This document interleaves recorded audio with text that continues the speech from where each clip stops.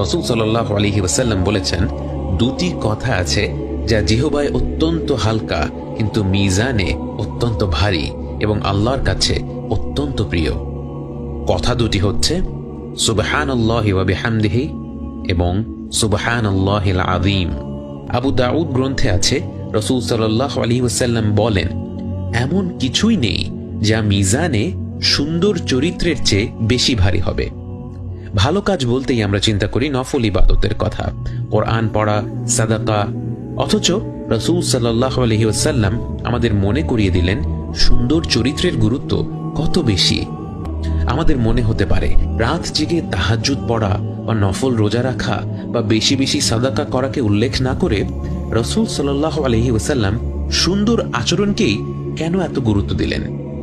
এর একটি ব্যাখ্যা হচ্ছে, যে কষ্ট করে এত এত নফল ইবাদত করে কিন্তু তার আচরণ ভালো না, সে তার খারাপ আচরণের মাধ্যমে তার ভালো কাজগুলোকে কিয়ামতের দিবসে হারিয়ে ফেলবে।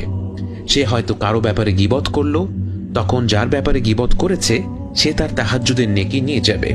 আরেক ব্যক্তিকে সে গালমন্দ করলো, সে ব্যক্তি তার সাদাকার নেকি নিয়ে যাবে।